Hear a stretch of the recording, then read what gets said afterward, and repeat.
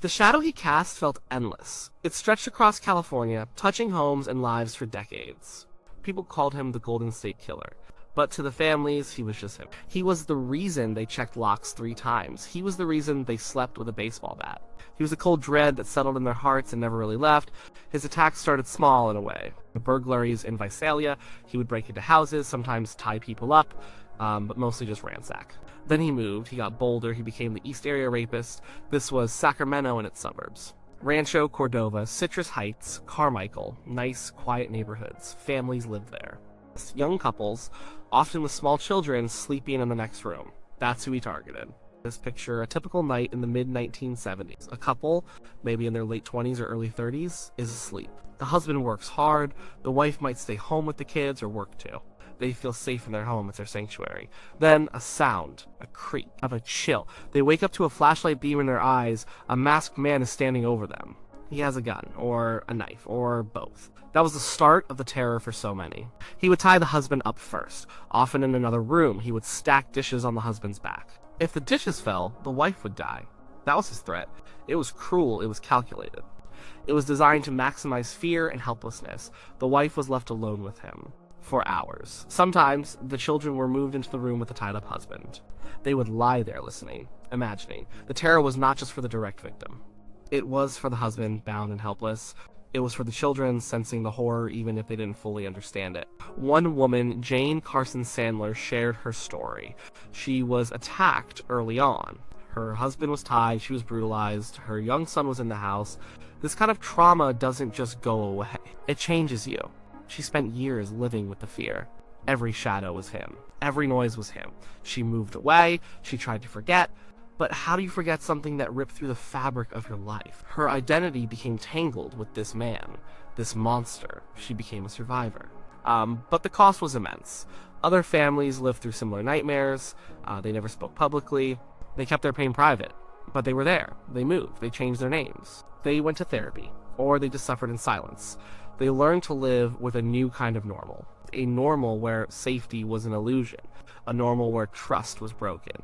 The attacks were not just about the sexual assault. They were about control. Complete, absolute control. He would take things from the house, souvenirs, sometimes sentimental items, sometimes things of value. But the real theft was of peace, of security, of innocence. He stole that from so many families, and the police were baffled. They had a phantom. He was good, he was careful, he wore a mask, he used different weapons. He seemed to know the neighborhoods. He rode bikes, he watched houses, he staked people out. This made the terror even deeper. It wasn't random. Someone had chosen them. Someone had watched them live their lives, then invaded that life. After an attack, the physical wounds might heal. The bruises fade, but the mental wounds, they linger. A woman might not feel safe in her own bed again. A husband might carry the guilt of not being able to protect his wife, even though he was tied and helpless. His children growing up in these homes might sense the tension, the unspoken fear. They might learn to be wary, to check the windows, to double lock the doors. This fear was passed down, sometimes silently. Then he moved south, he became the original Night Stalker. His attacks escalated. Now, he wasn't just raping, he was killing. He still chose homes. Still targeted couples, but the outcome was far more brutal. The Goleta area was hit hard. Lyman and Charlene Smith. They were an older couple. He was a prosecutor, she was a homemaker. They were found dead in their home in 1980. Their deaths were horrific. Their family was devastated. Lyman's children, his stepchildren, Charlene's siblings, their lives were ripped apart. They searched for answers for years. They held on to hope. They lived with a void. And the attacks kept coming. Robert Offerman and Deborah Alexandria Manning. They were killed in their Ventura home in 1979. He was a clinical psychologist. She was a marketing consultant. Another couple. Another quiet neighborhood.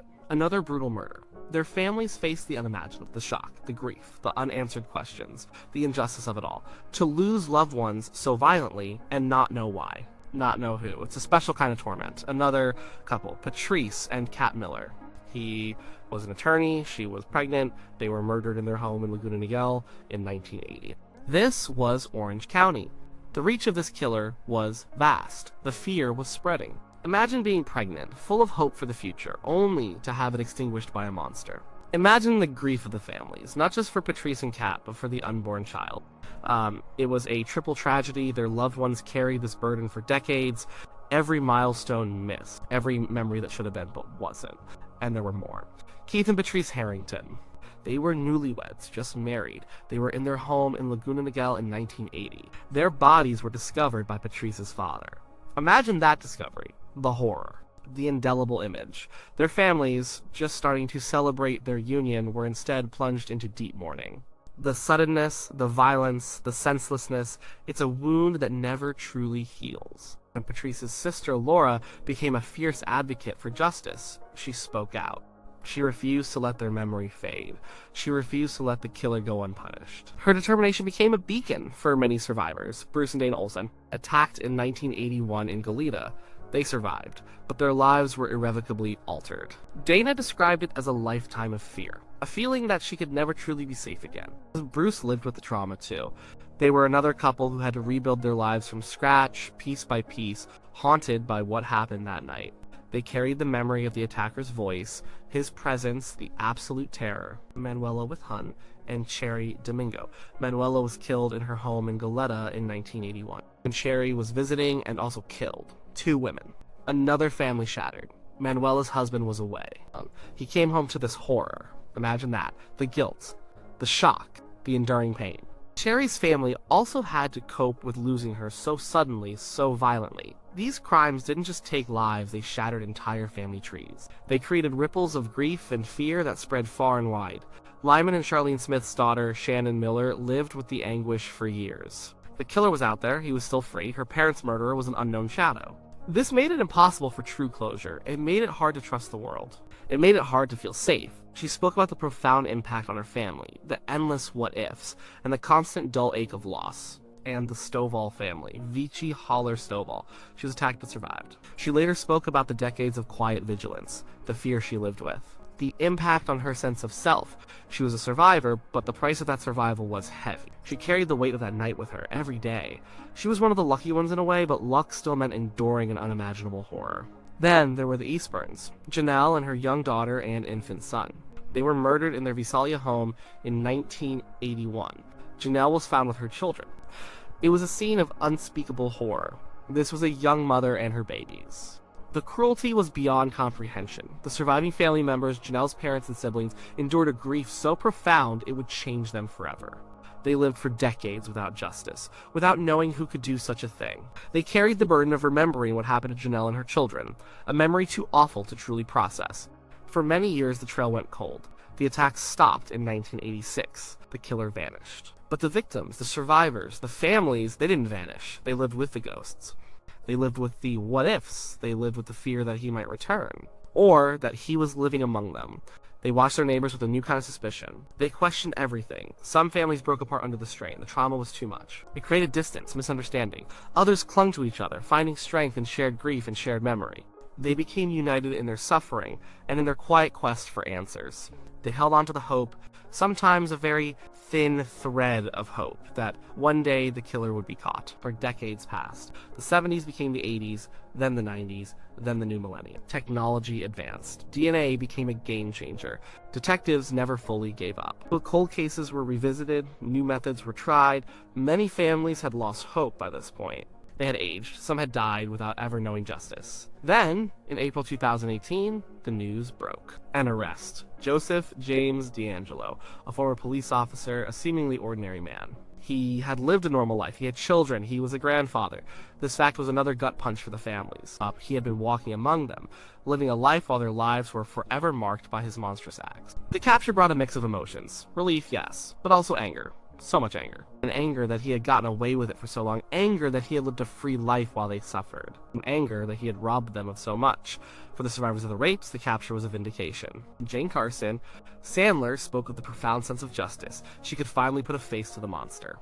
She could finally say, he's caught.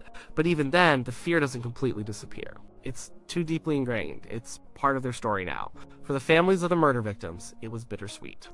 It was justice, yes. But it wouldn't bring their loved ones back. It wouldn't erase the decades of grief. It wouldn't fill the void.